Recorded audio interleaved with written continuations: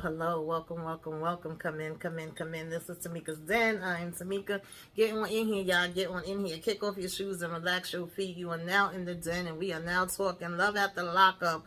Quit playing games, season 6, episode 6. Bitch, quit playing games with us, okay? Quit playing in our damn phrase. Quit acting like y'all give a damn about each other when y'all clearly don't, okay? Mr. freaking Michael, okay, and Mr. damn Julius and Mr. damn Bradley. You don't give a damn about Savannah, and neither do we, to be frank, okay? I'm not even mad at you at this point. Julius told us he don't want us to misconstrue, okay, not misconstrue what's going down, okay? He gonna go ahead and stick with Alexis, because Alexis been the one that's been holding him down. Meanwhile, Alexis talking about, oh, you know, he is my soulmate, but it's one little problem, okay? Something a little fishy that's going on that's been kind of making me get a little worried, okay? Where I'm got my eyes open. But do you, bitch? Do you really? Because when streets are saying that you don't, because you still end up getting caught up, okay? But girl, you say you gonna have an eye out for him. Meanwhile, why is Brooke in Brooklyn, both of these chicks is trying to have a baby 2.5 seconds after these dudes is coming out of jail, and neither one of them need a damn baby. They need a baby like they need a hole in their freaking heads. But, you know, we gonna go ahead the minute that they get out and be like, let's get busy. And, you know, Daddy was over here warning Brooke, like, girl, JK ain't just got one chick. You ain't just gotta be worried about one chick. He got girls everywhere, okay? He got them. He had them lined up. This boy had more girls while he was in jail than I had in my whole damn life. So you need to get a damn clue. Now, why the hell did Michael start flipping on people? I'm sorry. Why did Joey start flipping on wetv? Because he was like, he took the phone. If he took the phone, that's okay that he took the phone. I don't give a damn that he took the phone. But here you was stressing out, bitch, that your phone was gone. So you getting mad with the wrong damn people. Will and Cameron said they had the time of their life. Okay, this the best thing that they done had since sliced damn bread, since cooked freaking rice. They ain't even need to use their toys or nothing. And they about to get married just one day out. They don't give a damn. Even if mama don't want them to, they gonna do it. Child, do we care? Does anybody care? Do anybody want these people? Do anybody think that any of this is freaking real? That is the question. But we gonna go ahead, get into this episode, break it on down, take it from the top. You know how we do. Who we gonna talk about first, y'all? We gonna talk about, of course, Bradley and Savannah first, because y'all know I care about them the least, okay? Apparently, Savannah, child, they don't like you. Nobody likes you. Neither of the sisters like you. And from what the sister said before, the whole family don't like you. Now, there's a couple of reasons why this may be, okay? One, they may just see you as damn trash. You may have did and said some things around them that they just like, we ain't got it to do. Or two, Bradley was probably talking junk about y'all, or both of them, you know, could be true as well. Two things could be true at the same time. And because Bradley has badmouthed you so much to them when he had his little attitudes, now they look at you in a certain way every time they see you, and they just not gonna let it damn go, okay? And that's Bradley's fault, and we all have been guilty of that one time or another. You go to vent to the family members and tell them what you think the person is doing wrong, and now they just don't want to be bothered with the damn person. But either way that it goes, girl, every time we look, every time we turn around, all you doing is nag, complain. You want to know why Bradley ain't saying this, why he ain't doing that. One reason is because Bradley don't look like he want to be damn bothered, y'all. Bradley don't look like he want to be bothered at all. He don't want to be bothered with Savannah no more than I do, okay? And I don't know damn Savannah from a hole in the freaking wall. Obviously, he know her a whole lot better. According to him, they was friends. According to her, he used to be her weed dealer. But we went to this party, and it did not go the way that we wanted it to go. But Bradley is saying that actually this particular sister is the one that he's more so closer to. Now, he would like everybody to be able to communicate, okay? He would like for all of us to get along, kumbaya. Me and you, us never apart, my tea, da. But it may not be that way, okay? That just may not happen, but at least we should be able to be cordial and respectful. And so she wasn't hearing what she wanted to hear from Bradley. He wasn't giving her the response that she was looking for. And now when he go later, you know, he said he didn't want to hear no more, okay? Go ahead, shut it up, okay? Be quiet. you know, he took her car or whatever, and she's on the phone with his sister, and it's like, oh, well, that's not even my car. He took my car, but it's not my car. It's my mama car, it's my grandmother car, it's my sister car. Child, I don't know who damn car it was, but apparently it wasn't hers. And she starts to mention how, you know, her grandmother and her mother had called the cops on her, what, 2 or 3 different times because they just was like, you're not going to do what you feel like doing to me or whatever the case may be, or put me in no type of situations. And so I felt like that was giving hints that she was saying she was going to call the cops on Bradley for him taking the car. My whole thing was, did you tell him that he didn't, you know, he couldn't take the car and then he went ahead and took it anyway? Like, what was the conversation previous to this? Because, girl, that's really something for you to sit there and make a threat like that with somebody that's just coming out of jail. And she tells the sister, like, well, you may want to go ahead and hit him up and give him a warning and let him know that he better not be out there in them streets too long. And he's already on the phone the same time that this is happening and complaining to his friend, like, yo, she's so overbearing. She being a damn pain in the ass every damn minute. She want this, she want that, she want to be controlling. I'm looking on IG and Facebook and she all in it. Who's my friends telling me who I can and can't speak to, who I need to delete. And he was like, nah, this ain't gonna work for me. And the same time that he's saying all of this, ring, ring, ring, the other line come through, and it's his sister calling to give him the heads up that you may not want to be out too long because Savannah's over here talking about, you know, calling cops, okay? And we definitely don't want that to go down. And he like, oh boy, whatever. Child, next couple that I don't give a damn about, y'all already know. If you've been rocking with me, then you know what time it is. Joey and freaking Michael. Like, the fact that Michael, okay, is over here.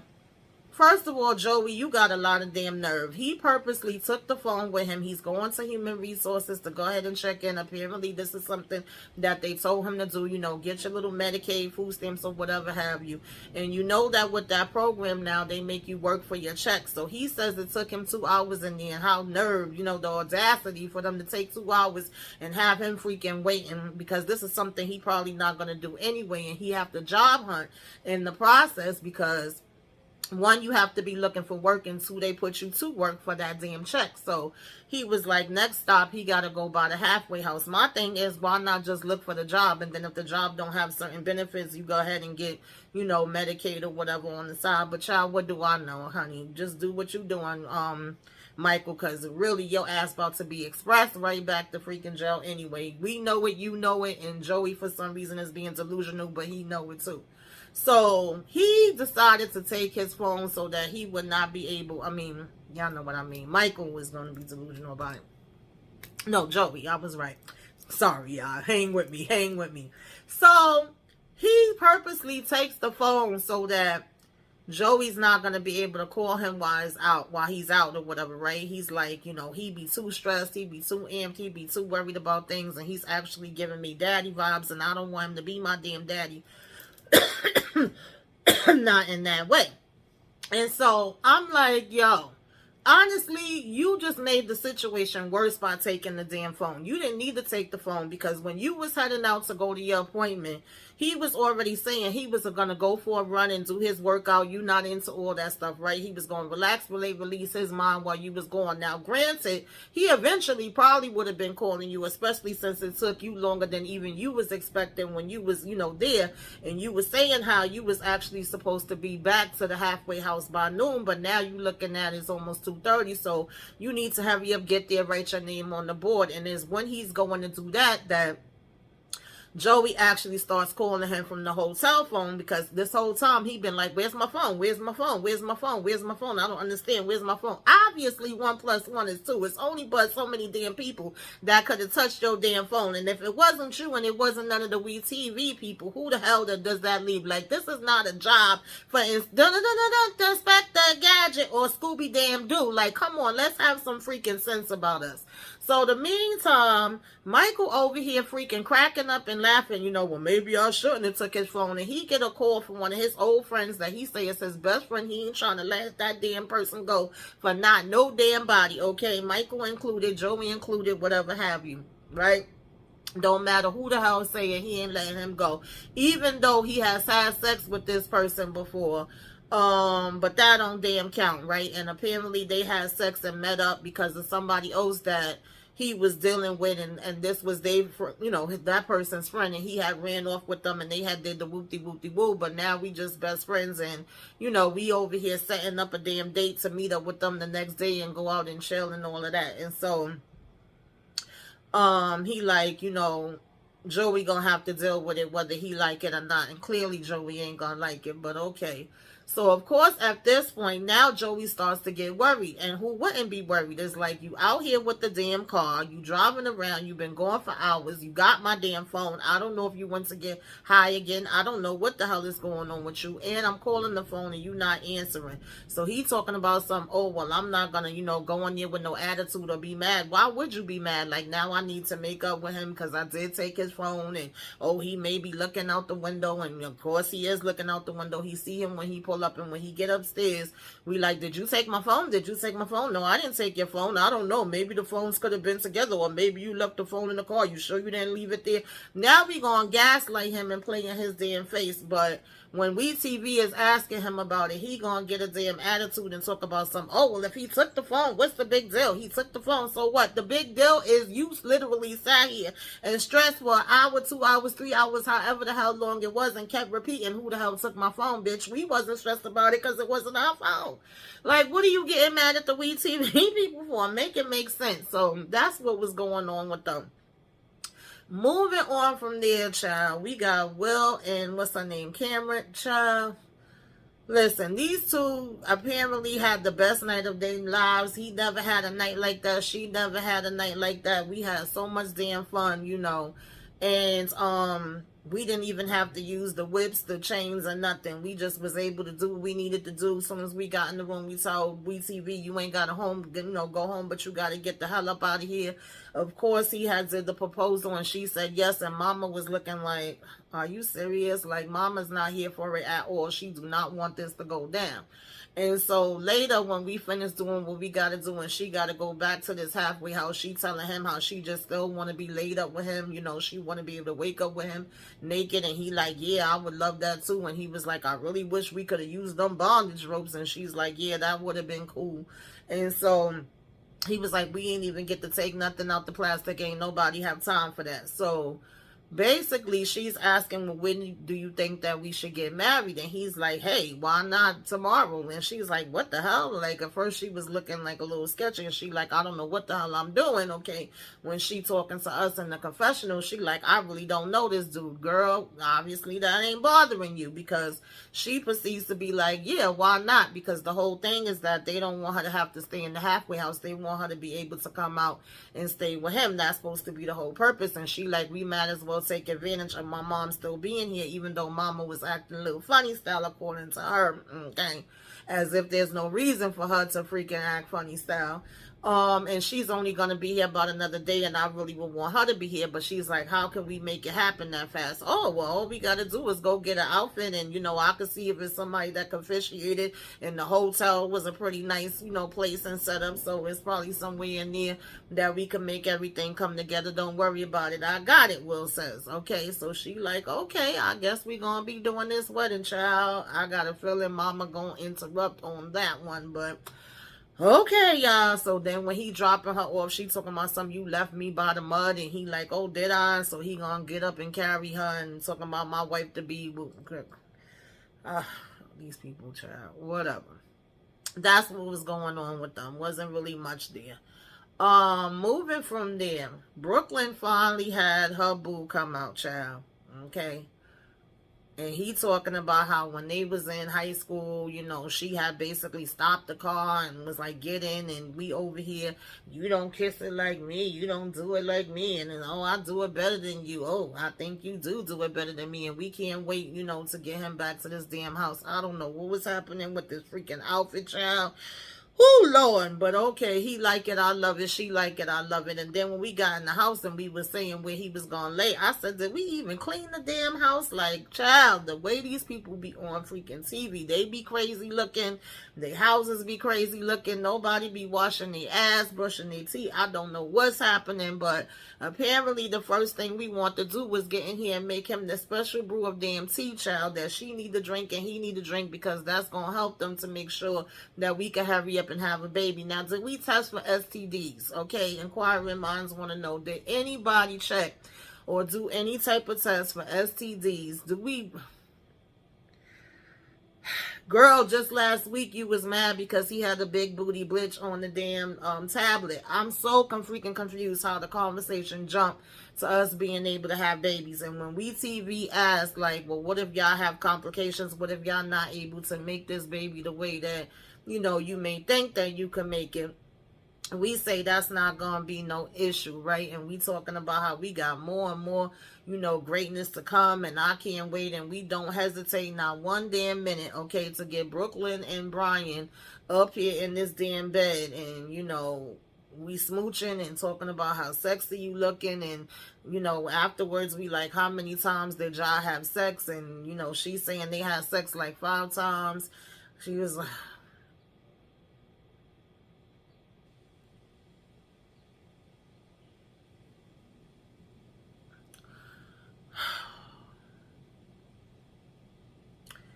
And, you know, apparently after the fact, we want to bring up the picture on the tablet again, but we wasn't worried about the picture on the tablet when we literally came in and was saying that we wanted to make this baby. I just don't have the patience for Brooklyn. I really don't. I really don't. But, you know, she was basically saying, like, you know, her and that person didn't look similar that was on the tablet. Nothing about them is alike, and... He's saying she's a nice woman. She's not, you know, Brooklyn. And, you know, we just gonna beat her in the damn head and she gonna fall for it anyway. He's saying how it's not that serious, and he pretty much kikiing and laughing about the situation. Girl. Like, why is this even a conversation? Honestly.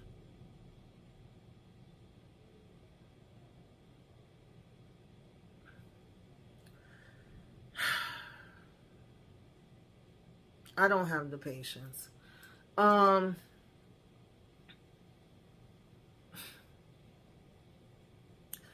Anyway, his family was going to be rolling in, and we was going to be preparing for that. And, you know, she wanted him to meet her kid. And you guys know how pissed off I get with that. You know, we already want him to meet her daughter or whatever. And for them to see each other face to face is like she forcing the damn little girl to even have to have a damn conversation with him to begin with. And on top of that, she's also trying to add another damn child in the mix. Like, when I tell you, this girl is just already freaking annoying me to the damn limits. You know, she's already jumping, giving him a hug, and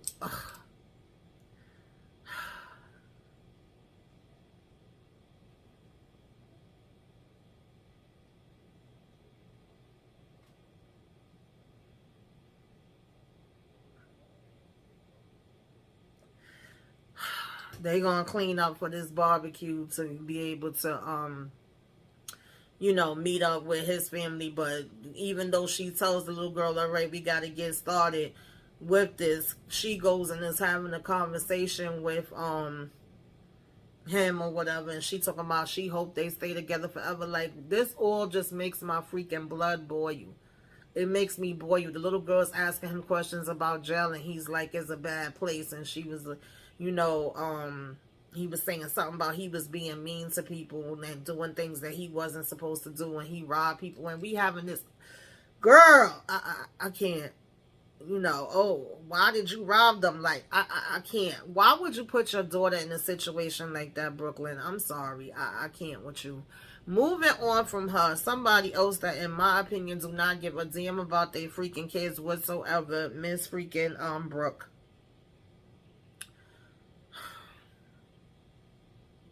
Brooke ass was sitting up here calling her mama while JK is jumping out the car trying to call his cousin back, his boy or whatever, to see if he could come get him. He like, this bitch, she dropped me off out here. She ain't gonna, you know, take me back to the house. I just literally got out. I can't afford to go back in. He got 45 minutes until, curfew or whatever. And she calling her mama. Her mama's like, girl, I thought you was coming to see the kids today. And she like, yeah, I thought that too.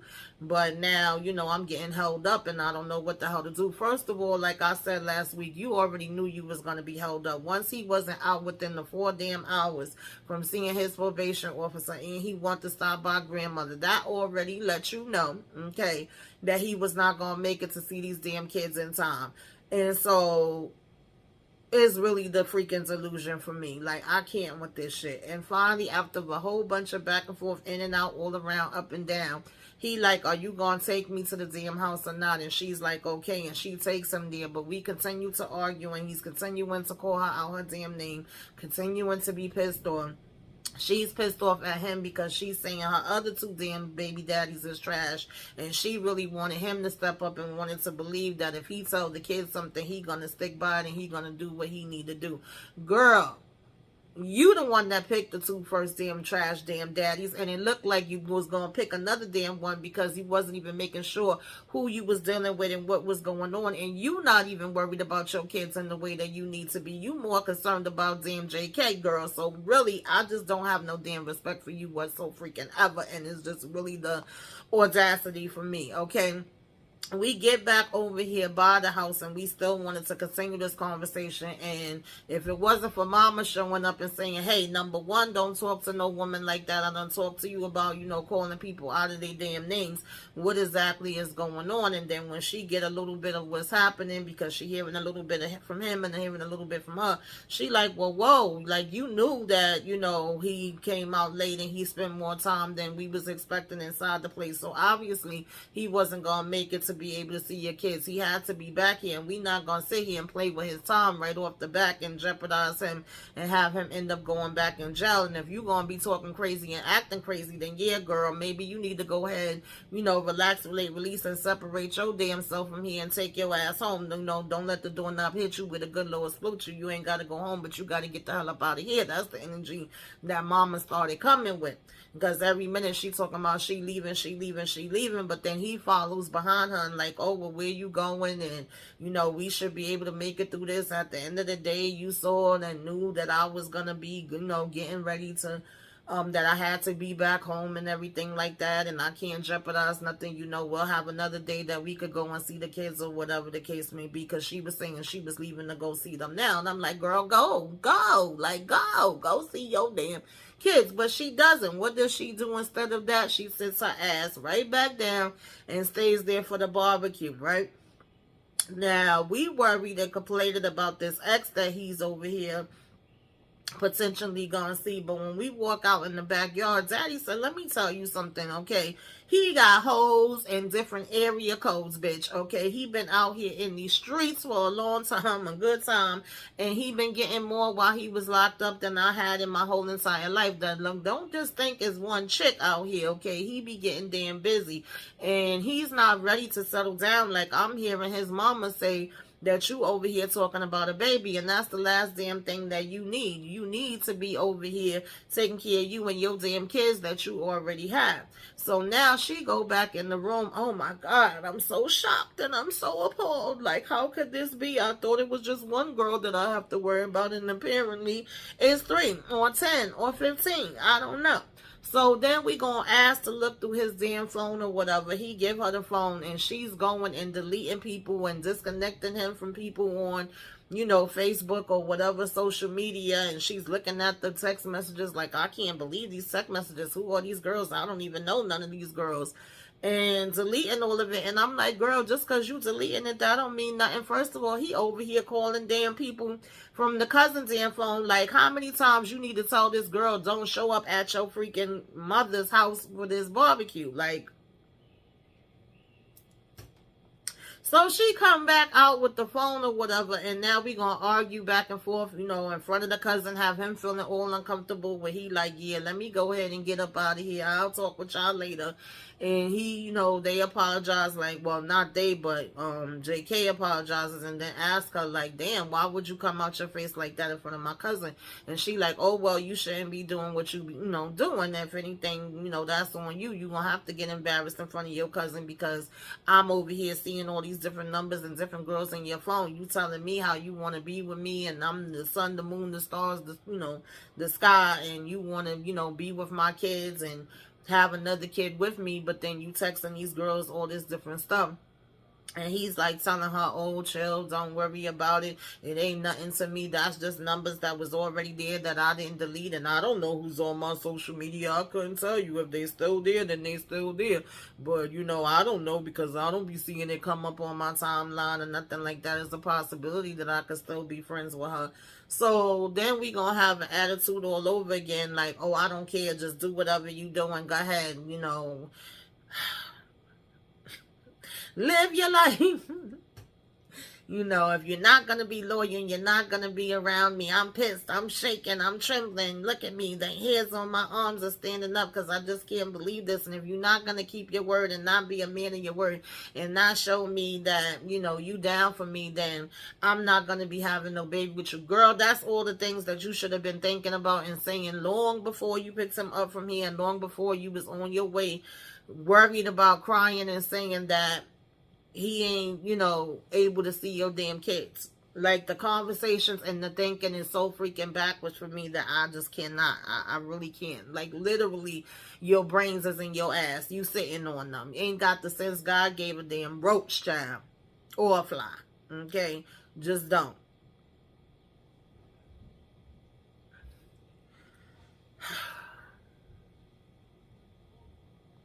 Moving on from there. Last but definitely not least, Ashley was still over here crying, still saying, I hate him. I can't believe that he used me. And it was all fake. He already had somebody this whole time. And he over here, oh, well, listen, she, got the tattoo of me and she thought it was something that it wasn't. And I don't want nobody to misconstrue anything. Okay, I didn't tell her nothing. I didn't put nothing in her head. You lie, Julius. You lie. You was definitely telling her something. But we gonna go ahead and go with Alexis, because Alexis has been the one that has been holding us down. That's been the one that's been coming to visit. That's been the one that's basically been putting money on the damn books. So we going over back to her. Meanwhile, she's on the phone with her co-worker talking about, oh, he is, the apple of my eye. He is my soulmate. Oh, we had such a good time last night. It was the greatest damn thing, girl. But it's one problem, right? Hold up. Wait a minute. Is one thing that's kind of like leery, because he said he was going to see his friend Ty. He been gone for a minute, and my gut is telling me that something else is happening. Something ain't right in the damn milk. But I'm going to ignore my gut and act like I don't know what I know, even though I say that I'm always right when I have these feelings, right? And that's the only thing that's like a little funny style for me. But the co-worker's like, hey, he just came out. He been in jail all this time. Of course, he's going to want to go and chill with his friends and, be outside and stuff like that, too. He not just going to want to sit inside the house with you, but definitely, be on point. Don't be nobody damn fool. And so he get back to the house and he talking about, oh, we just was smoking and chilling. And he like, let me go ahead and jump in the shower. And she still proceeds to say, I'm just not really believing this. I'm feeling like something else is going on, because she's like, oh, you was going a long time. Now, we going out or whatever, and, we sitting outside talking and playing damn Connect 4. And we want to know, am I the only one? Is it anybody else besides me? Okay, is anybody? And he like, yeah, okay, I'm going to go ahead and tell the truth. First we laugh and like, ho, ho, ho, anybody but you. Every time she asks him something, all he do is repeat it instead of just coming straight out. But she like, it's me and you, we here, go ahead and keep it real with me. As a matter of fact, before they even got there, they had to stop because he had to do a check-in, and she was like still in her feelings, still having a little bit of attitude, still feeling like, stuff was rubbing her the wrong way, and he had went in to take care of that first. And then when we get back in the car and he on his way, and that's when we stop to have our little one-on-one time. And so basically, he's like, yeah, I ain't gonna lie, was somebody else, little something going on, but really not nothing going on. And she says she need a minute to herself, and she get up and walk out, to sit in the car or whatever. And she over here, you know, crying and in her feelings. If it's gonna be somebody else, then it's a no for me. You know, that's a deal breaker for me. I can't deal with no other woman. I could deal with a whole lot of other things, but I ain't gonna have no side chick shit going on, and I ain't gonna be the other woman, and I ain't gonna have no other woman while you rocking with me. Is, you know, all or nothing. Obviously, it wasn't, because we all know that she's allegedly pregnant by damn Julius, and I feel sorry for her if that's the case. And he's over here denying it and saying it ain't his. But in the meantime, in between time, he's still trying to be her in her head. And when she's asking did he have sex with the person, he's saying that he didn't. Technically, we didn't see him do anything with Ashley, okay? I don't think that he was even, like, into her in that way, you know. He didn't even want to go in the pool with us. But if he was, however, I'm pretty sure that he would have just, you know, jumped in there. And then he was still getting texts from Ashley where she was texting him that he was a liar. So, of course, with him texting on the phone, that was making her even more suspicious, because it's like, who the hell is texting you? Okay, who the hell is this paging you at 5:46 in the morning, crack of dawn? And so, you know, that was already kind of putting it out there that there's some other shenanigans going on, and there's somebody else involved that ain't your friend that's texting you every minute like that. And so, you know, when she finally got to ask him, it was like she over here stressing herself and saying, I'm so irritated, and I just know it's some extra shit going on. I know that I'm not being told everything. I know it's more to the story. I know it's another bitch. If you know, you know, you know, you know, you know, girl, and we know, and you know, and he know, then what are we even talking about? What is the conversation about? Always follow your intuition, ladies. It will never steer you wrong. Never second guess yourself. Never think that you wrong. I ain't that much beating nobody in the damn head. And for the most part, even though Julius is clearly a damn clown and a waste of damn time and a complete ass and a trash, he has been telling the truth. He told the truth to Alexis. I mean, it was after the fact, right? And Ashley. But he did tell the truth, you know? And so she was saying how she was planning on confronting him, that this was their first date that they had, and they was going to play some games and have some fun. But she needed to know and needed to get this off her chest, and wanted him to be open and wanted to find out the truth once and for all. So that's what was happening with them, y'all. You know, I feel bad for her. I feel bad for both these ladies, because I'm trying to understand how the hell they even got caught up with this dude. Like, he just don't look all of that to me. He's not talking about nothing, whether it's with jobs, what he wants for his future, school. Like, I haven't heard a damn thing come out his mouth yet that is about anything of any substance, okay? And so, even though he was locked up, okay, cool, but like, what else you gonna do? Sit around and play games all damn day? He talking about he got people that sliding in his DMs, but he got a girl right now.